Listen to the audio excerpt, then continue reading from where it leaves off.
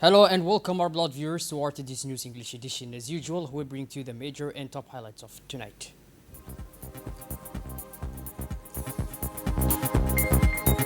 Strategic temperature partnership signed between Djibouti Telecom, Ethio Telecom and Sudatel. Telecommunications. On the international scene, only 5 Palestinians authorized to leave Gaza for medical treatment after partial reopening of the Rafah crossing point. Those were the major and top highlights. Welcome back to our newsroom, our beloved viewers. As part of the National Solidarity Week, Ministry of Social Affairs and Solidarity, Madam Uluf Ismail Abdo inaugurated a new local strategic stock in the Tajorian area yesterday.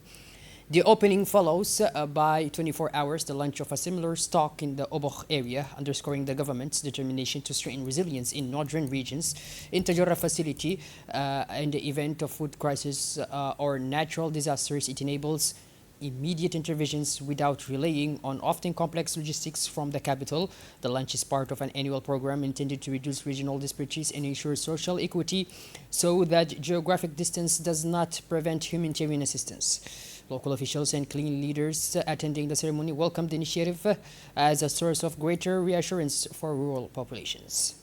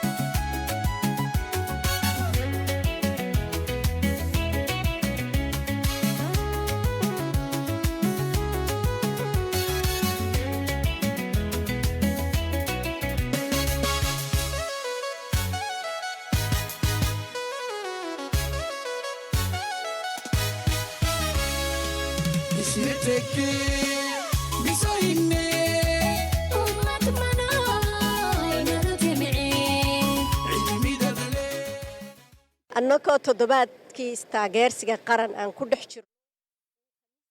The minister chaired a direct meeting with local sector communities to explain the concept and purpose of the local strategic stock. Officials stressed the stock is not an ordinary warehouse but an instrument to bolster resilience against food shocks and volatile prices.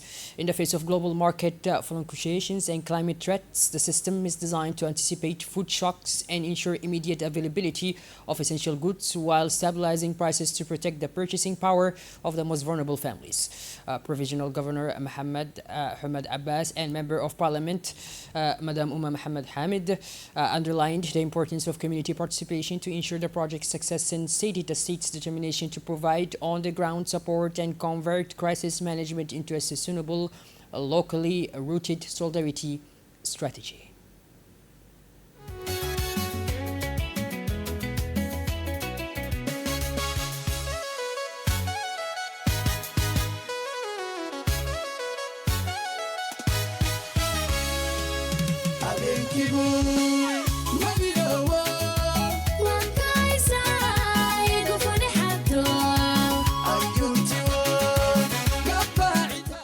kahimiinki kaheni. A festive ceremony in the White City marked the presentation of certificates to women and mutual support groups. The event, a central fixture of National Solidarity Week in the city and organized by the Ministry of Social Affairs and Solidarity, highlighted personal trajectories and determination of participating women. The ceremony was attended by senior local figures, including Sultan Ali Habib, Governor Muhammad Hamad Abbas, Regional Council President Umar Hussein, and the Parliament member Umar Muhammad Hamid and Abdullah Sultan, underscoring the political significance attached to this initiative.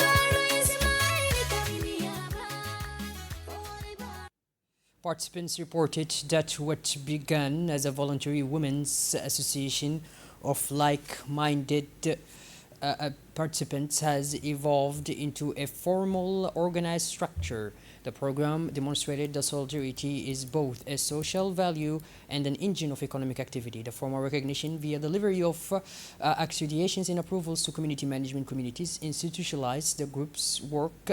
Beneficiaries are no longer only recipients of assistance, but certified managers and central actors in local development. Through disciplined saving and collective management, these women converted small resources into productive investments and established durable support networks. Madam Mariam Kaku, coordinator of the Community Management Committees Project and representative of the National Union of Djiboutian Women, praised the resilience and organization of the mutual support groups.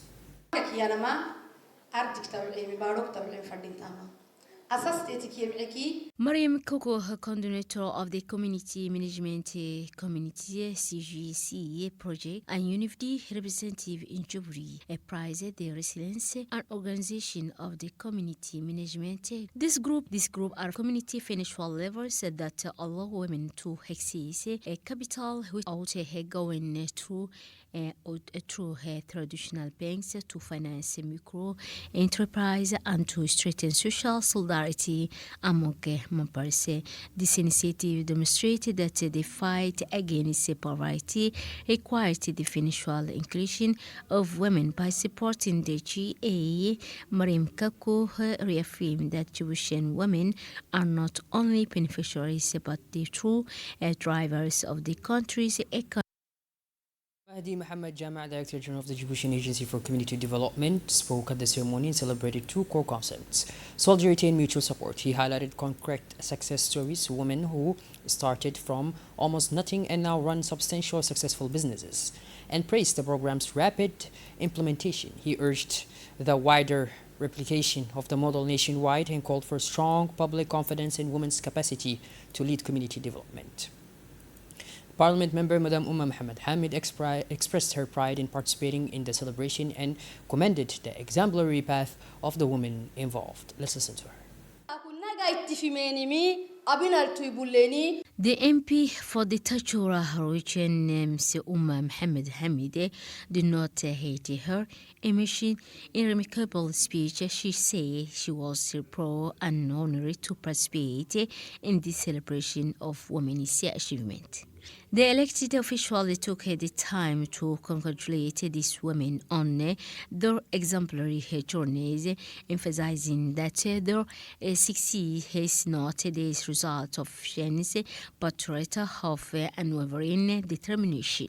For the Honorable MP, the CGA group represents much more than a simple economic initiative. They are the beating heart of social resilience in the region. The Regional Council President, Mr. Omar Hussein, voiced clear admiration for the mutual support program and said he supported it from its inception.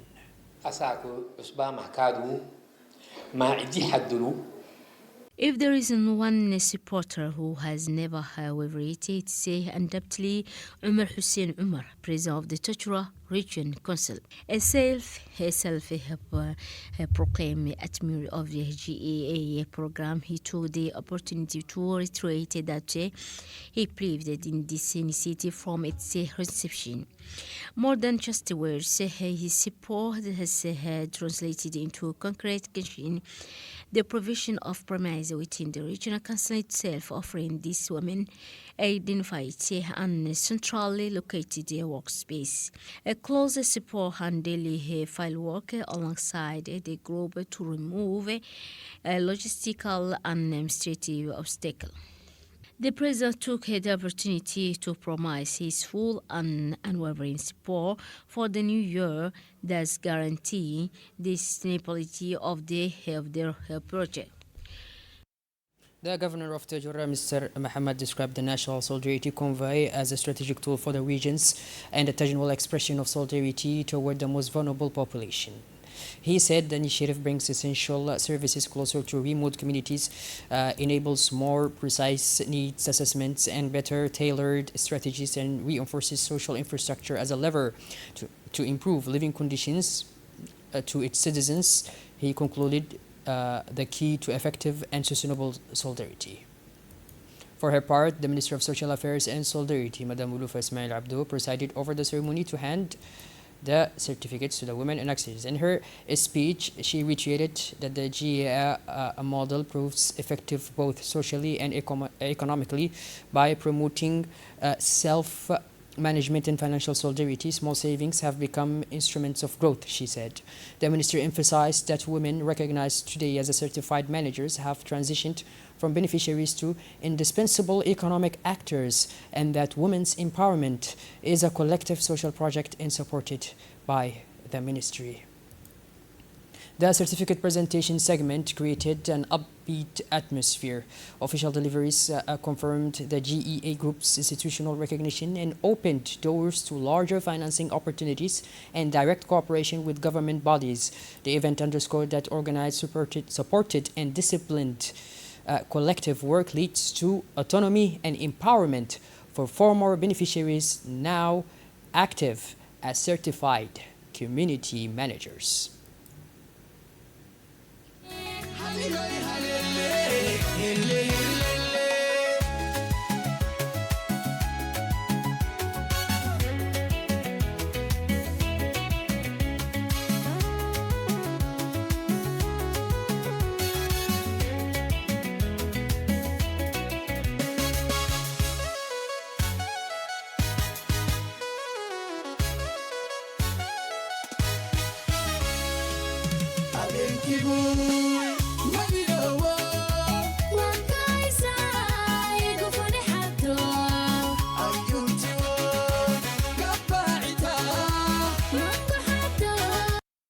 A high-level Djiboutian delegation led by Economy and Finance Minister Mr. Ilyas Musa Dawali met with the President of the Islamic Development Bank in Jeddah in Saudi Arabia and signed an agreement to establish the Oncology Center in Djibouti.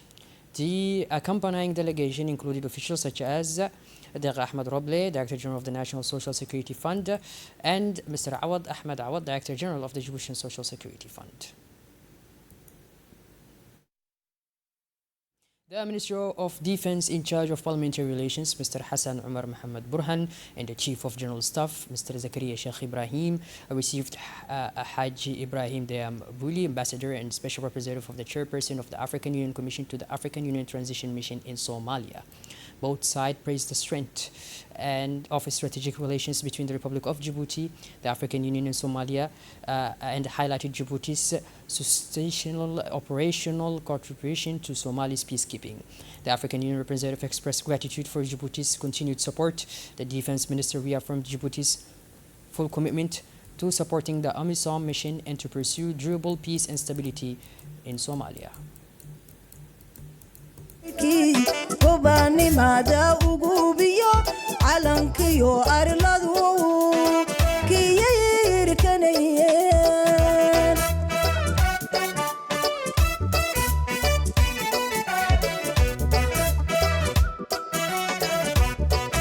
ina tahay awoodii lagu arsanayay ma og tahay askariyo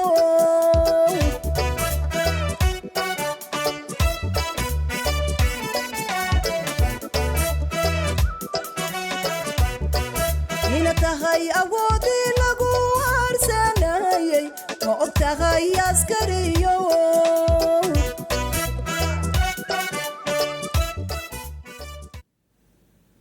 Under the supervision of the Minister of National Education and Vocational Training, Mr. Mustafa Muhammad Mahmoud, the National Association for the Promotion of School Physical Education and Sport launched the first edition of the Djibouti Cycling Tour today, Wednesday, 4th February 2026. From the city of Dakhil, the event was attended by the Minister of Environment and Sustainable Development, Mr. Mohammed Abdul Qadir Musa, Djibouti's and local authorities. More than 100 cyclists participated. Half were secondary school students from the capital's 5 districts, and the other half were military personnel from the Djiboutian Armed Forces, the Republican Guard, Police, and Gendarmerie, in addition to French forces stationed in Djibouti. The race follows multiple routes that traverse the country and aims to promote sporting and educational objectives as well as tourism and environmental awareness. The opening stage saw a French military rider claim victory and wear the yellow jersey for the next stage.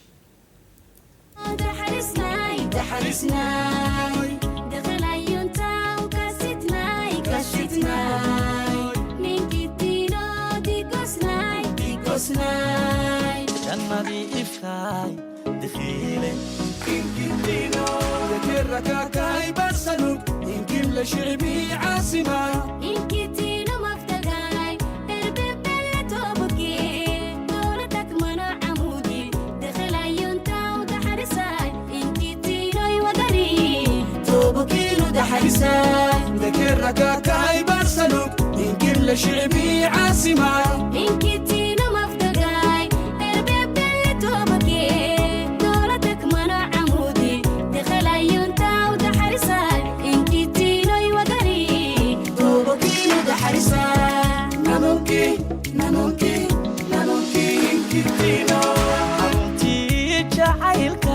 معادينا باطي شبابكي مدني مغاي المالي إفكاي دخيلي جوي معاني دخيلي عنا وجفة جفة منين وما الله كلا جرو وما الله جديو يتيا قعال بينونا ولا لا كلا جرمي جهادي مدني مانونا المالي إفكاي دخيلي جوي معاني دخيلي عنا وجفة جفة منين وما الله كلا جرو وما الله جديو يتيا قعال بينونا ولا لا كلا جرمي jihadii midnimaanu nahay jannadii ifkaay dakhiilay jawi macaanee dakhiilay jaajuus namiimiyo cadow jaabku dhuntiyo colaadkii inala jecel hayska jaha wareere nabadeena noo jira hayska jaha wareere midnimada inoo jira jannadii ifkaay dakhiilay jawi macaanee dakhiilay jaajuus namiimiyo cadow jaabku dhuntiyo colaadkii inala jecel hayska jaha wareere nabadeena noo jira hayska jaha wareere midnimada inoo jira. Local officials praised the race as an opportunity to promote cycling culture among youth and the security forces, to showcase the country's landscape and to stimulate tourism and environmental conscience. The authorities described the event as a unifying national initiative and commended organizers, partners, and sponsors for their continuous support. Djibouti Telecom, Ethio Telecom, and the Sudatel Group today signed a tripartite strategic agreement under the name Horizon Fiber. The signing ceremony took place in the presence of senior executives and representatives of the three telecommunications operators. This agreement marks a major step in the strengthening regional digital connectivity. The Horizon Fiber initiative aims to establish a high-capacity terrestrial fiber optic corridor linking Djibouti, Ethiopia, and Sudan. The project will connect international submarine cable landing stations located in Djibouti to inland networks through Ethiopia and onward to Sudan. According to the signatories, this land-based route will complement existing submarine cable systems. They explained that the project is designed to enhance resilience and redundancy in regional telecommunications infrastructure. The agreement also seeks to respond to the growing demand for international bandwidth and cross-border data traffic. Officials stressed that the Horizon Fiber corridor will contribute to regional integration and economical cooperation. They added that the initiative reflects a shared vision to support digital transformation in East Africa. The partners affirmed their commitment to implementing the project in accordance with the international technical standards. They concluded that Horizon Fiber represents a strategic investment in the future of regional connectivity. The chief executives of the partner operators described the Horizon Fiber initiative as a shared commitment to regional cooperation and digital transformation. It begins with a shared commitment, right? And today it stands as a tangible outcome with collaboration and bold step. Horizon initiative, again, it will enhance the network in terms of resilience, redundancy, which is going to give our region a competitive advantage. The Horizon initiative, it will respond directly for growing demand of international bandwidth, cloud native service, digital platform. Most importantly, it will enhance the resilience and reliability of network, which is a core foundation for the digital economy.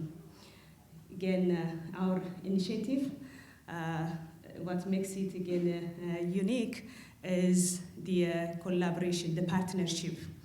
And by combining our infrastructure, assets, and technical expertise with a shared vision, we are demonstrating how African operators can collaborate to address critical challenge of connectivity and create a new value to our customers, enterprise, and hyperscalers.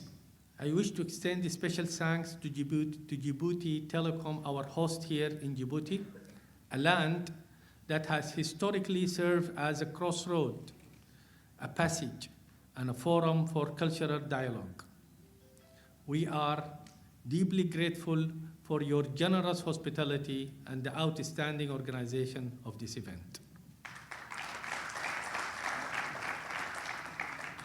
I also extend sincere thanks to SU Telecom for hosting our working session in Addis Ababa, a city that has long stood as a regional hub for dialogue and convergence. Those sessions played a pivotal role in aligning our vision and accelerating our joint effort. Over recent years, Sudatel has remained steadfast in investing in its core terrestrial backbone and in cross-border connectivity, driven by a firm conviction that connectivity is first and foremost a bridge among people, long before it becomes infrastructure. Even amid complex circumstances and period of profound challenge, we have added nearly 2,700 kilometers of new optical fiber routes, expanding coverage, strengthening resilience, and reinforcing our belief that connectivity underpins stability, economic partnership, and shared opportunity. The Horizon Initiative is no new endeavor of Sudatel. Rather, it represents a natural expansion of our long-standing commitment to regional collaboration. Djibouti Telecom Director General Mr. Mohamed Assery Bouh said that the Horizon terrestrial fiber extended 2,800 kilometers will connect Djibouti with Ethiopia and Sudan and link to international submarine cable landings in Djibouti and the existing maritime route between Port Sudan and Jeddah. He said that the project will strengthen regional digital connectivity, improve infrastructure resilience, reduce latency, and support the digital economy and cloud services in the partner countries. He described the initiative as opening a new chapter in the regional telecommunications integration and a demonstration of the operator's capacity to build strategic world-class infrastructure. Executives, technical teams, and regional stakeholders highlighted the initiative's strategic importance as a land-based alternative to vulnerable submarine routes and emphasized its potential to bolster regional cooperation in digital inclusion.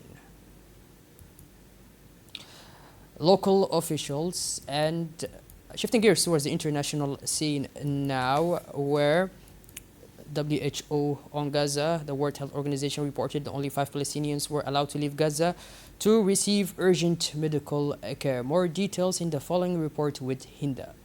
Health Organization WHO has reported that only 5 Palestinians were allowed to leave the Gaza Strip to receive urgent medical treatment following the partial reopening of the Rafah crossing. According to the WHO, this number remains for given the scale of the healthcare needs in the Palestinian territory, where the health system is severely strained. The organization states that more than 18,000 people in the Gaza Strip currently require specialized medical services that are not available. The Rafah crossing is a crucial route for evacuating patients requiring treatment and available in Gaza. However, its partial reopening has allowed only very limited movement, restricting patients' access to vital care.